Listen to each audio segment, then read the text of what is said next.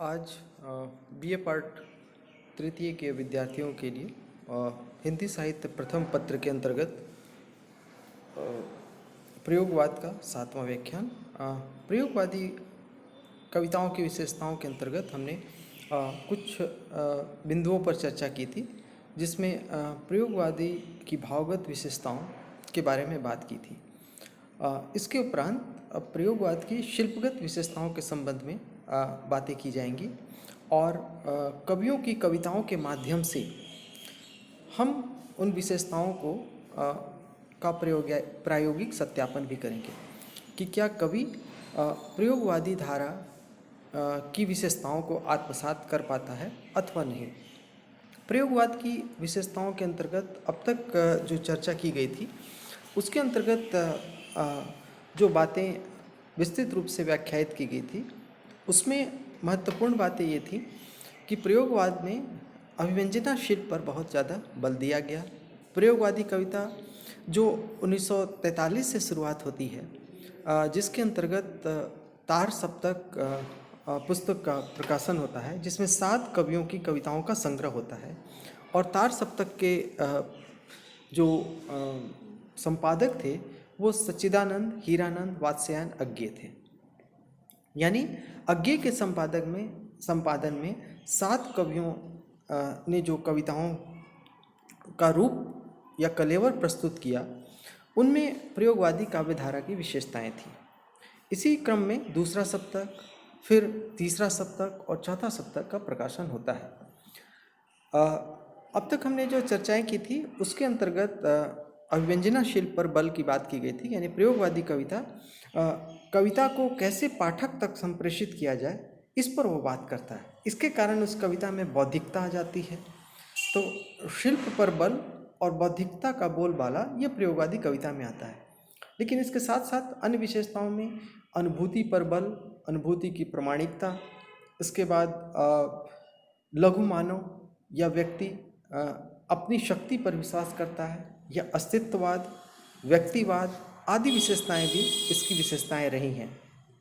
आज के व्याख्यान में प्रयोगवाद के शिल्प पक्ष की विशेषताओं के बारे में बात की जाएगी, जिसके अंतर्गत देखा जाएगा कि काव्य शिल्प किसी कविता का जो होता है वो कई रूपों में विभक्त होता है, जैसे उपमान, प्रतीक, भाषा और छंद, इसके साथ साथ बिंब। तो जब भी प्रयोगवादी कविता की बात की जाती है तो उसकी विशेषता होती है कि प्रयोगवादी कविता काव्य शिल्प पर बल देती है। तो इसके अंतर्गत हम इन बिंदुओं की चर्चा करेंगे कि प्रयोगवादी कविता के उपमान किस प्रकार नए हैं, प्रयोगवादी कविता में प्रतीक किस प्रकार नए हैं, प्रयोगवादी कविता की भाषा में क्या नयापन है, और प्रयोगवाद की कविताओं में जो छंद विधान है वो कैसे अन्य से अलग है, या प्रयोगवादी कविता में जो बिंब विधान है वह किस प्रकार अलग है। तो इनमें काव्य शिल्प में ये सारे बिंदुओं की चर्चा की जा सकती है। आज उपमान और प्रतीक की चर्चा की जाएगी। प्रयोगवादी काव्य शिल्प की एक प्रमुख विशेषता है, वह है प्रयोगवादी कवियों की उपमा और प्रतीक। यानी उपमा और प्रतीक भी कविता में एक नए रूप में प्रस्तुत होता है। असल में प्रयोगवादी के कवियों ने काव्य शिल्प पर बहुत बल दिया। प्रयोगवादी कवि मानता है कि कवि की मुख्य समस्या संप्रेषण की है, यानी वो मानता है कि किस प्रकार जो कवि की अनुभूति है या कवि का जो अनुभव है वो ठीक ठीक पाठक तक पहुंच जाए, और इसीलिए वह संप्रेषण को मुख्य समस्या मानता है। इसलिए वो मानता है कि वह अभिव्यक्ति के किसी पारंपरिक शिल्प को अनुपयुक्त मानता है। यानी प्रयोगवादी कवि को लगता है कि अब तक कविता में जो अभिव्यक्ति के शिल्प थे या काव्य शिल्प थे वह नए भाव के लिए या नए अनुभूति के लिए फिट नहीं है या अनुपयुक्त है। यानी पुराने काव्य शिल्प में नए भावों की अभिव्यक्ति नहीं हो सकती, ऐसा प्रयोगवादी कवियों का मानना है। वो मानता है कि पारंपरिक प्रतीक हैं और पारंपरिक जो उपमान हैं उनका बार बार प्रयोग करने से उनका गुण धर्म खत्म हो गया, यानी कि जो उनकी विशेषताएं थी वो खत्म हो गई थी। यानी वो कहता है कि बार बार अगर हम किसी चीज़ का प्रयोग करते हैं तो वो घिस जाता है। तो उसी प्रकार प्रयोगवादी कवि मानता है कि उपमान, जो पारंपरिक उपमान थे या जो पारंपरिक प्रतीक थे, वो बार बार उपयोग किए जाने के कारण अपनी महत्ता या अपनी गुणवत्ता खो चुके हैं। और इसलिए कवि कहता है, ऐसी स्थिति में कवि नए प्रतीकों की आवश्यकता पर बल देता है। यानी कवि कहता है कि जब पुराने उपमान और प्रतीक आज के लिए ठीक नहीं है या उपयुक्त नहीं है, इसलिए हमें नए उपमान और नए प्रतीकों की रचना करनी पड़ेगी। ऐसी स्थिति में इसका विशद विश्लेषण करते हुए अज्ञे कलगी बाजरे की एक बहुत प्रसिद्ध कविता में इन सब बातों की चर्चा करते हैं। तो सबसे पहले हम देखेंगे कि मूल रूप से कवि यह मानता है, प्रयोगवादी कवि, कि जो पारंपरिक उपमान है या पारंपरिक प्रतीक हैं, वे प्रयोगवादी कवियों के भावबोध के लिए या अनुभूति के लिए सही नहीं है, और इसीलिए वह नई फिर बात करता है। अज्ञे की प्रसिद्ध कविता है कलगी बाजरे की। इसमें अज्ञे कहते हैं कि कलगी बाजरे की, हरी बिछली घास जैसी बातें करते हैं। और कविता में वो कहते हैं अपनी प्रेमिका के लिए कि अगर मैं तुमको ललाती सांझ के नभ की अकेली तारिका, अगर मैं तुमको ललाती सांझ के नभ की अकेली तारिका, अब नहीं कहता, या शरद के भोर के निहार निहाई कुई, टटकी कली चंपे की वगैरह, तो नहीं कारण कि मेरा हृदय उथला है या कि सूना है, या कि मेरा प्यार मैला है, बल्कि केवल यही, ये उपमान मैले हो गए हैं, देवता इन प्रतीकों के कर गए हैं कूच, कभी बासन अधिक घिसने से मुलम्मा छूट जाता है। इन पंक्तियों में कवि स्पष्ट रूप से बात कहता है।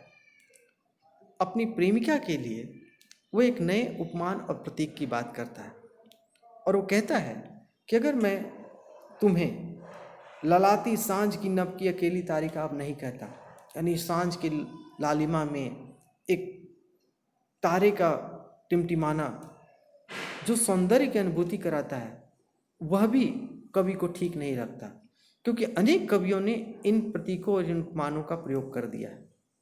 वो कहते हैं शरदकालीन में छोटी सी कली जो खिलती है, जो ओस की बूंद से घिरी रहती है, वो भी प्रतीक अनेक कवियों के द्वारा वर्णन किया जा चुका है। इसलिए वो कहता है कि मैं उसे भी नहीं कहता। लेकिन कभी वो कहता है कि मैं तुम्हें टटकी कली चंपे की भी नहीं कहता, यानी चंपे की कली भी नहीं कहता। यानी कवि एक एक बौद्धिकता का तर्क देते हुए कहता है कि अगर मैं तुम्हें सांझ की अकेली तारिका नहीं कहता, अगर मैं शरद की भोर निहाई हुई टटकी कली चंपे की नहीं कहता, ओस की बूंदों से लिटपटाई कली नहीं कहता, तो इसका कारण ये नहीं है कि उसके हृदय में भावों की कमी है। यानी कवि स्पष्ट कहता है कि जो उपमान है, जो प्रतीक हैं, वो भाव के अनुरूप हो रहे हैं, लेकिन ये पुराने उपमान भाव मेरे भाव के अनुरूप नहीं है, यानी प्रयोगवादी कवि के भाव के अनुरूप नहीं है। और इसलिए वो कहता है कि इसका कारण ये नहीं है कि उसका हृदय में प्रेम की कमी है या उसके प्रेम में कोई किसी भी प्रकार की गंदगी है या चालाकी है। स्पष्ट रूप से कवि अंतिम 3 पंक्तियों में कहता है, केवल यही, ये उपमान मैले हो गए। यानी कवि ये कहता है कि इन उपमानों का प्रयोग अनेक कवियों के द्वारा किया गया है, इसलिए इन उपमानों के प्रयोग को बार बार किए जाने से ये अपनी गुणवत्ता खो चुके हैं। और वह कहते हैं कि उपमान मैले हो सकते हैं, इन उपमानों का बार बार स्पर्श किया गया है, इसलिए ये उपमान अब मैले हो गए हैं। देवता इन प्रतीकों के कर गए हैं कूच, इन प्रतीकों में जो कुछ नयापन था, इन प्रतीकों में जो कुछ गुणवत्ता थी, वो सब धीरे धीरे खत्म हो गए और इनकी गुणवत्ता छूट गई है। और उसका उदाहरण देते देते कहते हैं, जैसे बासन अधिक घिसने से मुलम्मा छूट जाता है। यानी जब नए बर्तन की चमक जो होती है वो आकर्षक होती है, लेकिन जब बर्तन को बार बार घिसते हैं तो उसकी ऊपर की जो चमक होती है, उसकी जो कलई होती है, वो धीरे धीरे छूट जाती है और उसमें आकर्षण खत्म हो जाता है। तो कवि स्पष्ट रूप से कहता है कि जो पारंपरिक उपमान है, जो पारंपरिक प्रतीक है, वो कवियों के द्वारा इतने ज़्यादा उपयोग में लाए गए हैं कि उनकी जो चमक है, उनका जो आकर्षण है, वो खत्म हो गया है। इसलिए हमें नए प्रतीक या उपमान रूपी बर्तनों की आवश्यकता है। इस प्रकार कवि इस कलगी बाजरे में स्पष्ट रूप से प्रयोगवादी मानसिकता को प्रस्तुत करता है कि प्रयोगवादी कवि यह मानता है कि नए प्रतीक और नए उपमान ही प्रयोगवादी कवियों की आवश्यकता है, क्योंकि उनके भाव, उनकी अनुभूति पारंपरिक उपमान और प्रतीकों में व्यक्त नहीं की जा सकती। इस प्रकार कवि स्पष्ट रूप से करता है। कुछ अन्य कविताओं की यदि हम बात करें तो प्रयोगवादी कविता में जो कवि सम्मिलित हैं, उन्होंने अपनी कविताओं में निरंतर नए उपमानों और नए प्रतीकों की बात की है। विशेष रूप से जब तृतीय वर्ष की आप जो कविताओं की व्याख्या करेंगे, उसमें आप देखेंगे, उसमें एक कविता पढ़नी है अज्ञे की बावरा अहेरी। उस बावरा अहेरी में भी आप देखें तो उसमें प्रयोगवादी मानसिकता स्पष्ट दिखाई देती है, जिसकी चर्चा अभी हम कर रहे थे कि प्रयोगवादी कवि यह मानता है कि नए प्रतीक और नए उपमान कैसे हैं। कवि सूर्योदय को बावरा अहेरी की तरह बात करता है, यानी एक पागल शिकारी के रूप में प्रस्तुत करता है कि जो सूर्योदय होता है उसमें जो सूर्य की जो किरणें आती हैं, वो कैसे एक शिकारी की तरह सबको अपने आगोश में ले लेती हैं, यानी सबको अपने प्रकाश में के घेरे में ले लेती हैं। और वो कहते हैं कि भोर का बावरा अहेरी पहले बिछाता है आलोक की लाल लाल कनिया। भोर का बावरा अहेरी पहले बिछाता है आलोक की लाल लाल कनिया। यानी कवि स्पष्ट रूप से कहता है कि जिस प्रकार शिकारी अपने दानों को बिछाता है और दानों के लोभ में आकर सारे पक्षी उसकी जाल में फंस जाते हैं, ठीक उसी प्रकार सूर्योदय के समय जो लाल लाल जो किरणें होती हैं, वो इतना आकर्षक होती है कि पूरा जीव जगत जाग जाता है और उसके आकर्षण में बंध जाता है। तो इस प्रकार सुबह को या सूर्योदय को एक बावरा अहेरी के प्रतीक के रूप में, एक नए उपमान के रूप में प्रस्तुत किया गया है। तो इस प्रकार इसमें भी हम कह सकते हैं कि यह कविता प्रयोगवादी शिल्प की अन्यतम विशेषता को प्रस्तुत करती है। उसी प्रकार एक अन्य कवि के रूप में यदि हम चर्चा करें तो धर्मवीर भारती की कविता को हम देख सकते हैं। धर्मवीर भारती भी नए प्रतीक या उपमान की बात करते हैं और वो कहते हैं, अपने हल्के फुल्के उड़ते स्पर्शों से मुझको छू जाती है, अपने हल्के फुल्के उड़ते स्पर्शों से मुझको छू जाती है, जारजट के पीले पल्ले सी ये दोपहर नवंबर की। जारजट के पीले पल्ले सी यह दोपहर नवंबर की।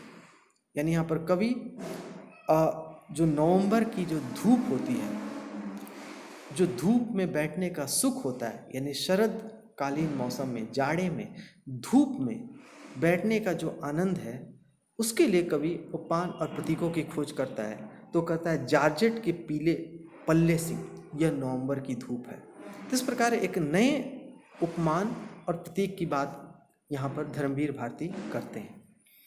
इसी प्रकार गिरजा कुमार माथुर की कविता में भी यदि हम देखें और तो प्रयोगवादी इस नए उपमान और प्रतीक की हम बात देख सकते हैं। सेमल की गर्मीली हल्की रुई समान, सेमल की गर्मीली हल्की रुई समान, जाड़ों की धूप खिली नीले आसमान में।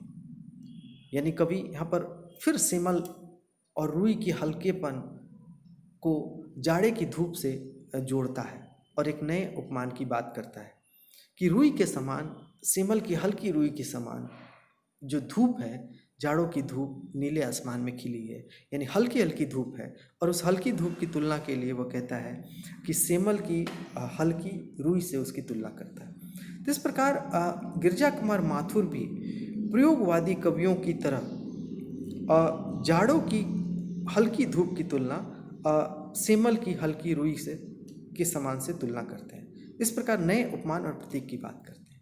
तो इस प्रकार प्रयोगवादी कविता में यह एक प्रमुख विशेषता है कि कवि नए उपमान और प्रतीकों की खोज करता है।